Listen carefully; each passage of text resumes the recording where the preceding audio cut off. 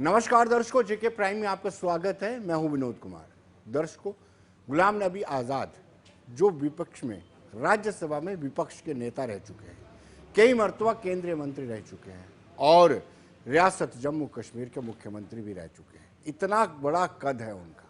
और आपको बताते चले, देश की सियासत में भी उनका बहुत बड़ा कंट्रीब्यूशन है। और शायद यही कारण था कि उनकी फेयरवेल पे प्रधानमंत्री ने जब संबोधन किया तो प्रधानमंत्री भी भावुक हो उठे कि कितने बड़े कद के नेता गुलाम नबी आज़ाद हैं। ऐसी कौन सी नौबत आ गई कि छोटे से कार्यकर्ता गुलाम नबी आज़ाद का पुतला फूंकते हैं, गुलाम नबी आज़ाद के खिलाफ नारेबाजी करते हैं, और वो भी कांग्रेस के ही लोग होते हैं। तो आप अंदाज़ा लगा सकते हैं कि कांग्रेस के बीच बिल्कुल ठीक नहीं चल रहा है, क्योंकि G23 के सदस्य जम्मू में आकर के डोगरा पगड़ी पहन करके ये कहते हैं कि कहीं ना कहीं कांग्रेस के शीर्ष नेतृत्व को सूझबूझ की कमी है। वो ये भी कहते हैं कि गुलाम नबी आज़ाद एक अनुभवी नेता है और अनुभवी नेता के अनुभव का कांग्रेस ना जाने क्यों नहीं इस्तेमाल करना चाहती है।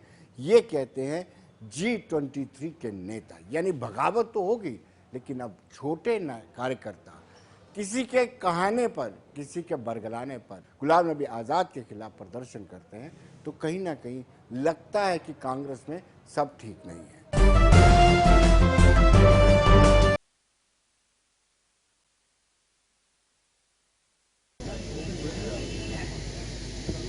जम्मू कश्मीर सच बोलने का मौका है और आज सच ही बोलेंगे। हम क्यों यहां इकट्ठा हुए? सच्चाई तो ये है कि कांग्रेस पार्टी हमें कमजोर होती दिख रही है और इसलिए हम यहां इकट्ठा हुए हैं और पहले भी इकट्ठा हुए थे। हम इकट्ठा होकर इसको हमें मजबूत करना है। सच्चाई के रास्ते पे चलते थे, ये सरकार झूठ के रास्ते पे चल रही है। गांधी जी अहिंसा को गले लगाते थे, ये हिंसा को गले लगा रही है। तो बात तो ये गांधी जी की करते हैं, लेकिन ना सच्चाई का रास्ता अपनाते हैं और ना हिंसा का रास्ता अपनाते हैं।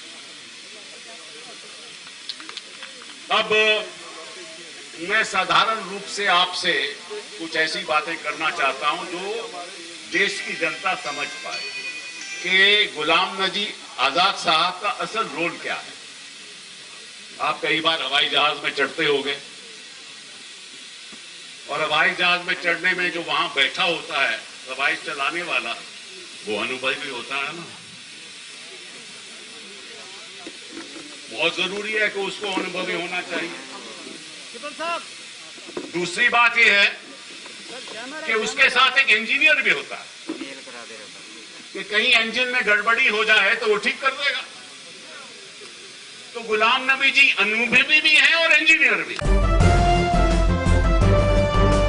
कांग्रेस पार्टी जिंदाबाद। गुलाम नबी आज़ाद हाय हाय। गुलाम नबी आज़ाद गुलाम नबी आज़ाद हाय हाय। गुलाम नबी आज़ाद हाय हाय। गुलाम नबी आज़ाद हाय हाय। गुलाम नबी आज़ाद हाय हाय।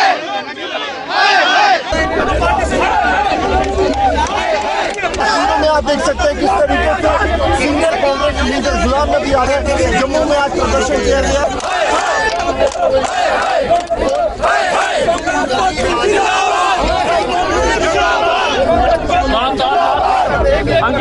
कांग्रेस के कार्यकर्ताओं ने जम्मू में जो है स्ट्रॉन्ग प्रोटेस्ट गुलाम नबी आज़ाद साहब के खिलाफ यहाँ किया। किस तरीके से गुलाम नबी आज़ाद जी, जिनको पूरा जीवन कांग्रेस पार्टी ने दिया ही दिया है, सारी उम्र उनको पावर में रखा, उन्होंने संगठन में भी एंजॉय किया, महासचिव रहे, उसके बाद 8 बार वो मेंबर ऑफ पार्लियामेंट रहे और उसके बाद वो जो है जम्मू कश्मीर का उनको मुख्यमंत्री भी बनाया गया। और अभी लीडर ऑफ, जब कांग्रेस पार्टी क्राइसिस में थी तब भी उनको भरोसा देके उनको लीडर ऑफ अपोजिशन जो है बनाया और वो यूनियन कैबिनेट मिनिस्टर का स्टेटस एंजॉय कर रहे थे। जैसे उनका टर्म पूरा हुआ और इस वक्त जब कांग्रेस पार्टी क्राइसिस में है, इस वक्त उनको कांग्रेस पार्टी के साथ अपनी नेता सोनिया गांधी के साथ खड़ा होना चाहिए था कि कांग्रेस पार्टी को वापस मजबूत किया जाए, मगर उन्होंने ट्यूनिंग ही बदल दी एकदम। और फिर पिछले दिनों किस तरीके से उन्होंने जम्मू में आए और एक तंजीम जिसके खुद हेड हैं वो कार्यक्रम किया, कुछ सिलेक्टेड कांग्रेस के लोगों को बुलाया और बाकी कांग्रेस को इग्नोर किया, और फिर उसके बाद उन्होंने यहाँ पे नरेंद्र मोदी जी की तारीफ़ करके चले गए जम्मू कश्मीर में, जिसके खिलाफ हम कांग्रेस के कार्यकर्ता सड़क पे लड़ाई लड़ रहे हैं कि हमारा स्टेटहुड हमारे प्रधानमंत्री ने छीन लिया, हमारी लैंड्स की प्रोटेक्शन के लिए लड़ रहे हैं, हमारी जॉब्स की प्रोटेक्शन के लिए हम लड़ रहे हैं, हमारा कल्चर जम्मू को आइडेंटिटी थ्रेट में उसके लिए हम लड़ रहे हैं, और आप उन्हीं की तारीफ़ करके जम्मू कश्मीर में जा रहे हो। इसका मतलब आप कांग्रेस पार्टी को कमज़ोर करने की कोशिश कर रहे हो, कार्यकर्ताओं के मोरल को कमज़ोर करने की आप कोशिश कर रहे हो। इसलिए हमने स्ट्रांग रिएक्शन दिया है और हम मांग करते हैं अपनी नेता सोनिया गांधी से कि हम कांग्रेस का कार्यकर्ता कांग्रेस पार्टी के साथ खड़ा है, हम अपना खून पसीना बहाने के लिए तैयार हैं। हम NSUA यूथ कांग्रेस के संगठन में सब लोग जो हैं हम लोग आपके साथ खड़े हैं। हम स्ट्रांग मांग करते हैं कि इसके खिलाफ एक्शन किया जाए। ये लोग 10 साल यूपीए में सरकार में रहे, तो सवाल इनसे पूछना चाहिए कि कांग्रेस पार्टी को क्यों इन्होंने कुछ गलतियां की होंगी तो ये हालत हुई। आज उन गलतियों से हमको सुधारने की ज़रूरत थी। इनको कांग्रेस पार्टी के साथ खड़े होकर जिन 5 राज्यों में चुनाव चल रहा है वहाँ पर इनको जाके राहुल गांधी जहाँ केरला तमिलनाडु में आज दिन रात सड़क पर जो है कांग्रेस पार्टी को मजबूत करने का काम करें, उनके साथ खड़ा होना चाहिए था, सोनिया जी के साथ खड़ा होना चाहिए था।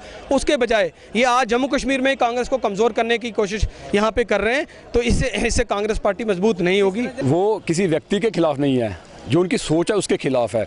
हाल ही में जब वो जम्मू में आए थे तो कांग्रेस पार्टी की तरफ से प्रोग्राम ऑर्गेनाइज किया गया था, तो उसमें आप देखिए कि किस प्रकार से वो मोदी जी की तारीफ़ कर रहे हैं। दिक्कत आपत्ति हमें किसी की तारीफ़ से नहीं है, हमें आपत्ति है कि जब वो राज्यसभा के मेंबर थे तब तो वो मोदी जी को क्रिटिसाइज़ करते थे कहीं ना कहीं, लेकिन आज कहीं ना कहीं जो उनका झुकाव मोदी जी की तरफ दिखते हुए हमें दिख रहा है। तो जो लोग पार्टी में रहकर पार्टी को तोड़ने का काम करेंगे, ये कांग्रेस पार्टी कभी भी बर्दाश्त नहीं करेगी। देखिए, जिस प्रकार से कांग्रेस पार्टी ने उन्हें अलग अलग ओहदे में जिम्मेदारी दी थी, चाहे वो सेंटर में हो, चाहे जम्मू कश्मीर में एक CM बना के यहाँ से हमने भेजा था, जम्मू कश्मीर की आवाज़ वहाँ पे जाके बुलंद करें। आप देखिए कि जब ये हाल ही में जम्मू में आए तो उन्होंने ना तो डीजल पेट्रोल पे बात की, ना जम्मू कश्मीर में जो अभी हाल ही में जो टैक्स लग रहे हैं प्रॉपर्टी टैक्स उस पर, ना उस पर बात की, ना ही हाल ही में जो DCC इलेक्शन हुए थे वहाँ पे आकर उन्होंने किसी प्रकार का प्रचार किया, जहाँ पे पार्टी को जोड़ने का काम करना चाहिए था, लेकिन वो यहाँ कहीं ना हमें पार्टी को तोड़ते हुए दिख रहे हैं। तो ये कांग्रेस पार्टी कभी भी बर्दाश्त नहीं करेगी। क्या होता है कि ऐसे लोग होते हैं कि जो पार्टी में रहकर बीजेपी का काम कर रहे हैं, तो आपके सामने यह है उनकी स्टेटमेंट जो हम सब ने सुनी कि मोदी जी अच्छा काम कर रहे हैं। मुझे आप बताएं, मैं आपके माध्यम से पूछना चाहता हूं कि जितने टाइम बीजेपी ने लिया है, मुझे एक काम बताएं कि मोदी जी ने ऐसा कौन सा काम किया है जिसको लेकर आज़ाद साहब तारीफ़ कर रहे हैं कि वो ग्राउंड के लीडर हैं। तो जहाँ पे मोदी जी ने 15 लाख की बात की थी अकाउंटों में आने की, वो नहीं आई। स्मार्ट सिटी की बात की थी, पूरे भारत देश में मुझे बताओ कि हमारी पार्टी में हमें यही सिखाया जाता है कि जब पार्टी में रहकर भी कोई व्यक्ति गलत करता है तो उसके खिलाफ आंदोलन करना चाहिए। तो वही हम अपना काम कर रहे हैं और हाईकमांड से भी यही निवेदन करते हैं कि ऐसे लोगों को जल्द से पार्टी से सस्पेंड किया जाए कि जो पार्टी, आप देखिए कि कहीं ना कहीं ये पार्टी हमारे अभी संकट के मोड़ पर है, तो उसको मजबूत करना चाहिए। देखो आपने, प्रदर्शन करने वाला या प्रदर्शन करने वालों की अगुवाई करने वाला शाहनवाज है। ये वो नेता है जनाब जिन्होंने DDC के चुनाव कांग्रेस की टिकट से नहीं लड़े। कांग्रेस ने जब टिकट नहीं दी, कांग्रेस ने टिकट किसी और को दी, तो इन्होंने बाकायदा एक वीडियो बना करके वायरल भी किया था। और ये वही शख्स हैं जो DDC के चुनाव जीते भी, लेकिन आज ना जाने किनके कहने पर उन्होंने गुलाम नबी आज़ाद के खिलाफ जोरदार प्रदर्शन किया। अब बात चलती है कि ग्रुपिज्म है, फिर उसके बाद थोड़ी देर बाद गुलाम नबी आज़ाद के समर्थक भी बाहर आते हैं। गुलाम नबी आज़ाद के समर्थक आते हैं और प्रदर्शन करते हैं और कहते हैं कि आज़ाद जिंदाबाद, और साथ साथ ये भी कहते हैं कि गुलाम नबी आज़ाद की तारीफ क्या प्रधानमंत्री ने कर ली। प्रदेश भारतीय जनता पार्टी के यूनिट ने किसी के उकसावे पर आकर के किसी को बरगला करके गुलाम नबी आज़ाद के खिलाफ प्रदर्शन करवाया। आइए देखते हैं।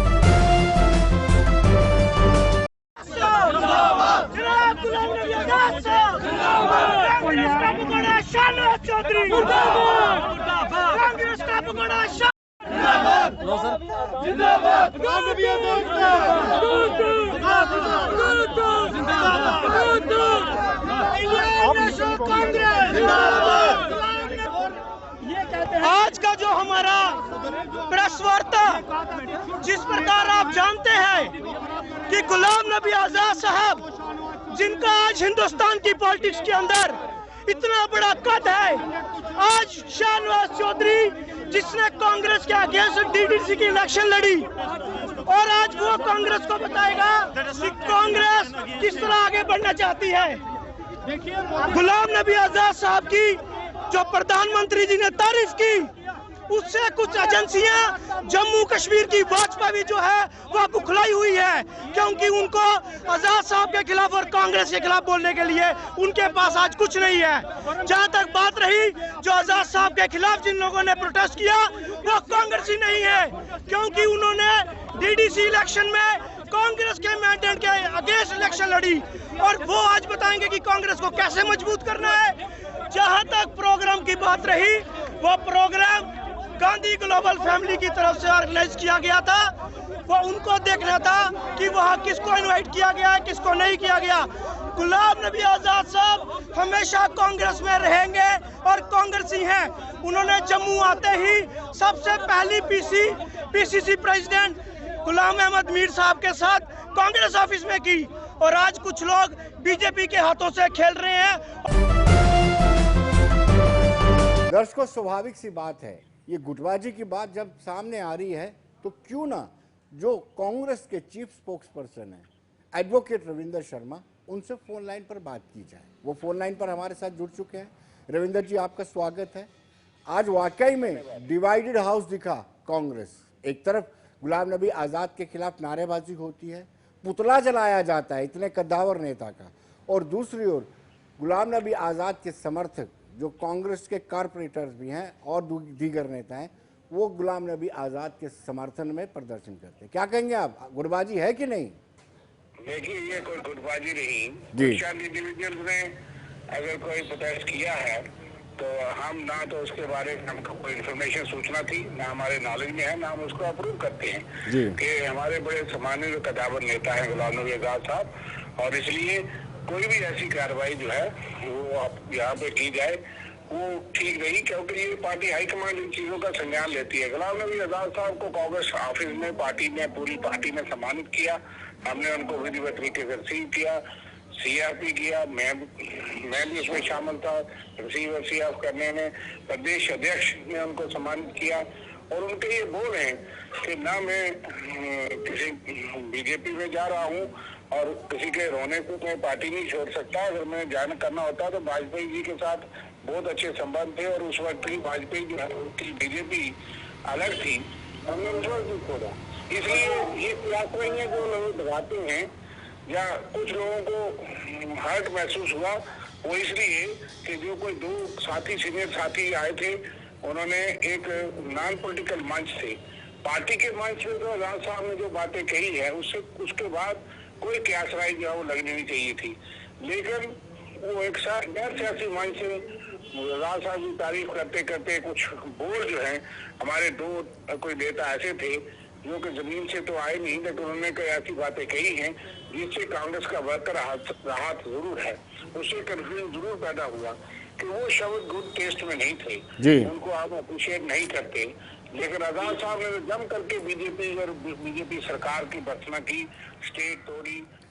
लेकिन रविंदर जी ने तारीफ जरूर की, तारीफ जरूर की प्रधानमंत्री नरेंद्र मोदी की। उन्होंने कहा कि जमीन से जुड़े हुए नेता हैं। नहीं, वो तो दूसरे दिन की बात है। मतलब पहले दिन की बात और दूसरे दिन की बात में अलग अंतर है। दूसरे दिन में उन्होंने उनके पृष्ठभूमि में कहा कि जैसे मैं अपनी जमीन को अपने पास्ट को नहीं बोलता, इसीलिए मोदी जी भी चाय वाले थे तो वो बताते हैं, उसका मायना हमको समझ नहीं पड़ा, क्योंकि 27 तारीख को उन्होंने जम करके बरसा, 28 तारीख को उन्होंने जरा कहा, उससे ये क्या रही है और कंफ्यूजन थोड़ा सा पैदा हुआ। मैं समझता आजाद साहब खुद किसी बात उस चीज को क्लैरिफाई कर लेंगे, मैं नहीं समझता कि उसका मायना कोई और। चलिए ये मान लेते हैं रविंदर जी, जो लोग समर्थन में उतरे हैं उनके बारे में क्या कहेंगे आपने? क्या उन्होंने हाईकमान से परमिशन ली थी? देखिए, समर्थन में उतरने के लिए परमिशन की जरूरत नहीं, लेकिन आजाद साहब का काज इतना बड़ा है कि उनको किसी के समर्थन की जरूरत नहीं है। अब ये हम समझे कि उनको समर्थन की जरूरत है, वो अपने आप में एक शख्सियत है कांग्रेस में। और दूसरा बात यह है कि कुछ लोगों ने अगर उनके इन बयान में या किसी बात पे कोई आपत्ति की है या प्रोटेस्ट किया, उसको भी हम अप्रूव नहीं करते, तो वो भी हमारे नॉलेज में या पार्टी को नहीं पता। मैं तीसरी की तरफ से जिम्मेदारी से ये कह रहा हूँ कि ये चीजें जो भी चीज है वो पार्टी हाईकमान और वहाँ की बात है। कुछ जम्मू कश्मीर में कोई आपस में इस बात पे कोई विवाद नहीं। हम सबके नेता है गुलाम नबी आजाद, पूरी पार्टी के नेता है गुलाम नबी आजाद, देश के नेता है गुलाम नबी आजाद, जम्मू कश्मीर के पूरे प्रदेश कांग्रेस के नेता है गुलाम नबी आजाद। अगर कोई ऐसी बात होगी उस वक्त बात करेंगे। अभी हमको चलिए रविंदर जी, क्या आपको लगता है, एक तो आपने जो 2 लोगों का नाम लिया, नाम नहीं लिया, सिर्फ हिंट दिया, नाम आप ले भी सकते थे, क्या उनके खिलाफ एक्शन होगा या फिर इन लोगों के खिलाफ एक्शन होगा जिन्होंने गुलाम नबी आजाद का पुतला फूका है? देखिए, जो लोग बड़े नेता यहाँ आए थे उनके जो बोल मैंने कहा कि दाएं बाएं थे, ये हमारे से ऊपर के नेता हैं। पार्टी हाईकमान जो सेंट्रल लीडरशिप उन चीजों के बारे में चलिए जो आज प्रोटेस्ट हुआ है उसके बारे में वो बात उनके ऊपर है, वो उसको सुलझाएंगे, समझाएंगे, निपटाएंगे। उसका मामला संज्ञान उन्होंने लेना है, क्या करना है। लेकिन पार्टी को सब पता होता है, उनकी तो नाराजगी भी हो सकती है। कई बार ऐसा भी होता है, जरूरी थोड़ा कि इससे वो नाराज होकर दूर चले जाए। लेकिन ठीक है, वो मान लेते हैं, वो आपके ऊपर की बात है। लेकिन ये जो आपके नीचे वाली बात है, जो आज लोगों ने प्रोटेस्ट किया है, उनके खिलाफ एक्शन होगा जिन्होंने पुतला जलाया है गुलाम नबी आजाद का? मैंने कहा कि ये इस चीज को हम अप्रूव नहीं करते, अप्रिशिएट नहीं करते इस चीज के बारे में, क्योंकि वो चंद इंडिविजुअल्स ने किया है जी। और उसके लिए कोई पार्टी को ना जानकारी थी, ना हमने कोई परमिशन दी है जी। उसके बारे में जरूर चर्चा होगी, उसके बारे में जो अप्रोप्रिएट एक्शन होगा, कार्रवाई होगी, उसके बारे में सोच करेगी लीडरशिप। अब चूंकि ये बात हुई है जी, इसके बारे में भी चर्चा होगी। और जो जिन्होंने कोई बोल ऐसे बोले हैं उसके बारे में मामले को सुलझाने के लिए पार्टी जो है अपने आप में सक्षम है। बहुत बहुत शुक्रिया जी रविंद्र जी, धन्यवाद। दर्शकों, इस पर हमने राजनीतिक दलों की भी प्रतिक्रिया लेना चाहिए। अगर हम भारतीय जनता पार्टी की बात करें तो भारतीय जनता पार्टी ने साफ कर दिया है कि कांग्रेस आने वाले दिनों में समाप्त होने वाली है, खत्म होने वाली है। जैसा स्लोगन भारतीय जनता पार्टी पहले देती थी, कांग्रेस मुक्त भारत, ये हवाला उन्होंने दिया है। आइए देखते हैं। देखिए, बड़ी हैरानी की बात है कि कांग्रेसियों के खिलाफ ही मुजाहरे कर रहे हैं, और वो उस कांग्रेस के खिलाफ जितने भी आजकल अपने आप को कांग्रेस के नेता कहते हैं, उनको उंगली पकड़कर सियासत करना सिखाई। मैं कई बार कह चुका हूं कि जम्मू कश्मीर के अंदर और खासकर जम्मू में कांग्रेस का सुपड़ा साफ हो चुका है। कांग्रेस का कोई वजूद नहीं रहा है। इनके पास ना कार्यकर्ता है, ना इनके पास वोटर्स हैं। अगर रह गया इनके पास तो सिर्फ वो बयानबाजी करने वाले लीडर, जिनका काम सिर्फ ये है कि रोज सुबह उठकर वो भारतीय जनता पार्टी के खिलाफ कोई ना कोई बयान दे देते हैं। यही उनकी अब नेतागिरी रह गई है। और अब जब इन्होंने देखा कि गुलाम नबी आज़ाद जम्मू कश्मीर के दौरे पर आए और जिस प्रकार का भव्य स्वागत गुलाम नबी आज़ाद का किया गया, और इन लीडरान को किसी ने पूछा तक नहीं, इनकी तो नींद उड़ गई। उस वक्त मुंह बचाने के लिए, शर्म से बचने के लिए इन्होंने उनको अपने दफ्तर में बुला के थोड़ा बहुत एक कार्यक्रम किया, लेकिन उसके बाद पूछा तक नहीं। दर्शकों, एनसी का मानना है कि ये अंतरकलह है, जो अंतरकलह आहिस्ता आहिस्ता बाहर निकल रही है, और जो सब कुछ हो रहा है आज़ाद गुलाम नबी आज़ाद के फेवर में और अगेंस्ट प्रदर्शन, ये अंतरकलह का नतीजा है। अब चूंकि कांग्रेस के अंदर तोड़फोड़ हो रही है, जिस तरह संकेत मिल रहे हैं, आज़ाद साहब का जो बयान है यहाँ जम्मू में आके, उनका कहना कि मोदी जी को ये सर्टिफिकेट दे दिया कि वो सच बोलते हैं। प्राइम मिनिस्टर ऑफ इंडिया है, वो कितना सच बोलता है कितना नहीं बोलता है, इस पर बहस क्या करनी है। लेकिन ये भी हकीकत है कि सब कुछ सही नहीं है, सब कुछ सच नहीं है। वो गुलाम नबी आज़ाद साहब को भी पता है, वो पूरी दुनिया जानती है। अब गुलाम नबी आज़ाद साहब ने जो सर्टिफिकेट दिया कि नहीं जनाब वो कोई चीज़ छुपाते नहीं हैं, तो ये भी सही नहीं है। दर्शकों, अपनी पार्टी के विजय बकाया का भी कहना है कि कहीं ना कहीं समन्वय और तालमेल की कमी है, जो कांग्रेस पार्टी के लिए घातक साबित हो सकती है। एक हिसाब से तो कांग्रेस का अंदरूनी मामला है, लेकिन कांग्रेस के अंदर एक बहरान मचा हुआ है। ये तो बहुत पहले से इसका संकेत मिलता रहा, लेकिन जब 23 दिग्गज नेताओं ने कांग्रेस के दस्तखत करके पार्टी के स्ट्रक्चर को ठीक करने की बात करी, तो ये मैदान में ओपन में आ गया कि सीनियर लीडरशिप कांग्रेस के अंदरूनी मामलों से जिस तरह से वहाँ फैसले हो रहे हैं या बातें हो रही हैं। दर्शकों, बात सियासत की चल रही है तो आज एक मरतबा फिर महबूबा मुफ्ती जो पीपल्स डेमोक्रेटिक पार्टी की अध्यक्षा हैं और साथ साथ फॉर्मर चीफ मिनिस्टर भी हैं, आज एक मरतबा उन्होंने फिर 370-35 से और विशेष दर्जे का राग अलापा है। उनका ये कहना है कि अगर मैं 370 की बात करती हूँ तो भारतीय जनता पार्टी को कष्ट क्यों होता है। अमूमन पाकिस्तान की हिमायत करने वाली महबूबा मुफ्ती आज ये तर्क दे रही हैं कि मैंने केंद्र सरकार से नहीं मांगना है, क्या चाइना और पाकिस्तान से मांगना है। आइए देखते क्या कहना है।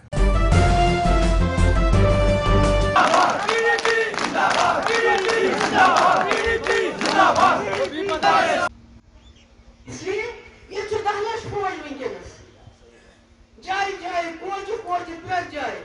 जब महबूबा मुफ्ती कहती है आपने जो हमसे छीना वो सूद के समेत वापस करना पड़ा, आपको गुस्सा क्यों आता है? मैं आपसे नहीं मांगू तो क्या पाकिस्तान से मांगू या चीन से मांगू?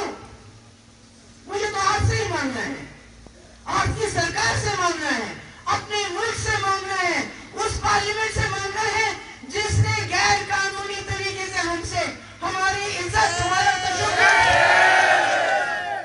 हमारी शनाख्त छीनी। इसलिए दर्शकों, भाजपा की माने तो ये बौखलाहट है। बौखलाहट के चलते ये सारी चीज़ें हो रही है। उनका कहना है कि जनाधार पीपल्स डेमोक्रेटिक पार्टी का लगातार गिर गया है, जिसके चलते बौखलाहट में आकर के वो कोई भी और किसी तरह का भी स्टेटमेंट देती रहती है। देखिए, लोकतंत्र है इसीलिए तो ये इस प्रकार का बयान दे पा रही हैं। अगर लोकतंत्र नहीं होता तो क्या जैसा बयान दे पाती। और भाजपा को मिर्ची लगने का सवाल ही नहीं है। भाजपा तो चाहती है कि जम्मू कश्मीर के अंदर एक स्ट्रांग ऑपोजिशन हो, लेकिन ऑपोजिशन रही कहां। दर्शकों, अपनी पार्टी का तर्क है कि ज्यादातर पार्टी के नेता यानी पीपल्स डेमोक्रेटिक पार्टी के नेता अलविदा कहते जा रहे हैं पार्टी के।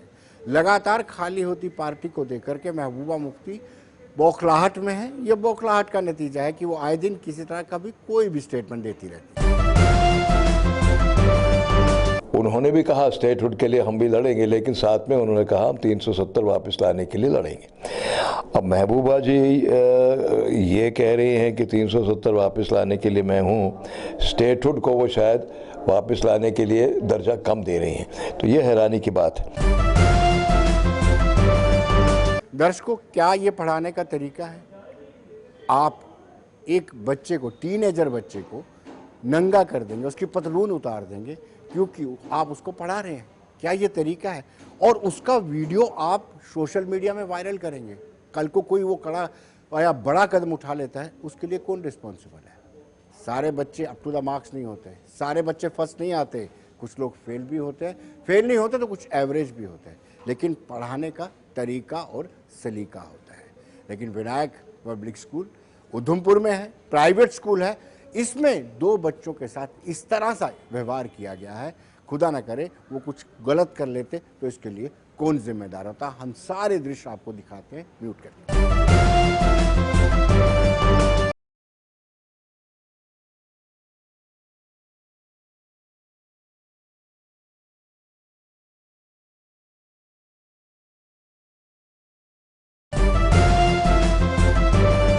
दर्शकों, जिस टीचर ने मिसबिहेव किया है या जिस टीचर ने ऐसा बर्ताव किया है, उस टीचर का बड़ा भाई, चाचा जो है, वो उस स्कूल का प्रिंसिपल है, यानी मालिक है, ऑनर है, लिहाजा वो कुछ भी कर सकता है।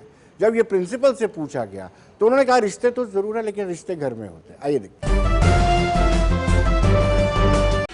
देखिए, जैसे मुझे पता चला उस टीचर का कि उसने गलती की, मैंने उसी वक्त उसको निकाल दिया। और भी जो अंडर रूल उसके एक्शन होगा कि अगर FIR तो मैं FIR भी लगाऊंगा उस पर। तो आपको लगता है कि ये कानून में लिखा है कि गलत है? वो गलत, नो गलत है, क्योंकि मैं खुद एजुकेशन में रहा हूँ। ये बिल्कुल गलत है, ऐसा कभी नहीं होना चाहिए किसी बच्चों के लिए, और प्यार से ही पढ़ाना चाहिए। लेकिन उसने अगर जैसी गलती की है तो उसकी जो पनिशमेंट अंडर रूल होगी मैं उसको करूँगा। देखने में ये भी आया कि वो आपके बाई का लड़का है, तो इस तरह से किस तरह से देखते हैं जो अगर आपका स्कूल का मतलब नहीं, रिश्तेदारियां तो घर में होती हैं, स्कूल में नहीं है। जो अंडर रूल है वो अंडर रूल हो। तो आप क्या चाहते हैं FI दर्ज जिस तरह से आप बोल रहे हैं कि मैं स्कूल से निकाल दिया, क्या आगे कानून जो कार्रवाई की जाएगी? बिल्कुल, जो अंडर रूल होगा मैं करूंगा। दर्शकों, अन्य टीचर्स ने भी अपनी प्रतिक्रिया जाहिर की। आइए देखते हैं उनका क्या कहना है। बिल्कुल प्राइवेट स्कूलों में बच्चे इसलिए छोड़ते हैं कि हर लिहाज से कि हमारे बच्चों का जो मेंटल है, फिजिकल डेवलपमेंट ज़्यादा अच्छा था। ऑल्दो मैं मानती हूँ ऐसा नहीं है, स्कूल हमारे गवर्नमेंट भी इक्वली अच्छे हैं, प्राइवेट भी इक्वली। पर मेरे पास वो लड़का आया और वो भी उसने मुझे बताया डरते डरते कि मैम मेरे बेटे के साथ है। देखो आज के ज़माने में आप बोलो कि हर कोई बच्चा टॉपर होता, तो ऐसा नहीं होता। कोई बच्चा किसी फील्ड में इंटेलिजेंट होता, कोई किसी फील्ड में। पर हम बच्चे को मार नहीं सकते। हमें हर बच्चे को उसी साइकोलॉजी के हिसाब से उसको हैंडल करना है। ऐसा नहीं है कि अगर वो पढ़ता नहीं है तो उसको मारते चले जाना। हम अपने बच्चे को नहीं मार सकते, दूसरे बच्चे को कैसे मारेंगे भाई? क्यों मारेंगे?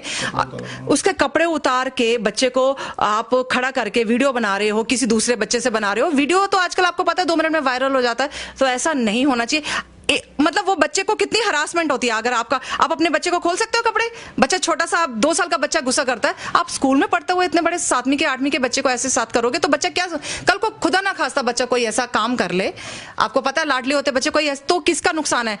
ना उस टीचर का है, ना स्कूल का है, उस माँ बाप का बच्चा चला जाएगा। तो मैं ये कहती हूँ ऐसा नहीं होना चाहिए। अगर जिसने जो गलती की है उसको पनिशमेंट भी मिले। इस तरह के क्लास में कपड़े तो आना बच्चों के सामने, कहीं ना कहीं बच्चों को भी इस तरह से लगा होगा कि मेरे कपड़े इस तरह से, एक बच्चे ने वीडियो बनाना दिया, आप ये भी सुनने में आया इनकी घर का ही वो दिया। बिल्कुल गलत है। जिस बच्चे को बोला वीडियो बनाने के लिए, आप उसको भी गलत कामों में धकेल रहे हो। आप उसको सही काम के लिए नहीं धकेल रहे हो, उसको भी बोल रहे हो कि ऐसे गलत काम करो, वीडियो बनाओ और सोशल मीडिया में डाल। तो हम आज हम पढ़े लिखे लोग अपने आने वाली जनरेशन को क्या शिक्षा दे रहे हैं? मैं ये पूछना चाहती हूँ कि स्कूल में अगर ऐसी शिक्षा मिली है तो फिर ऐसे स्कूलों का क्या फायदा?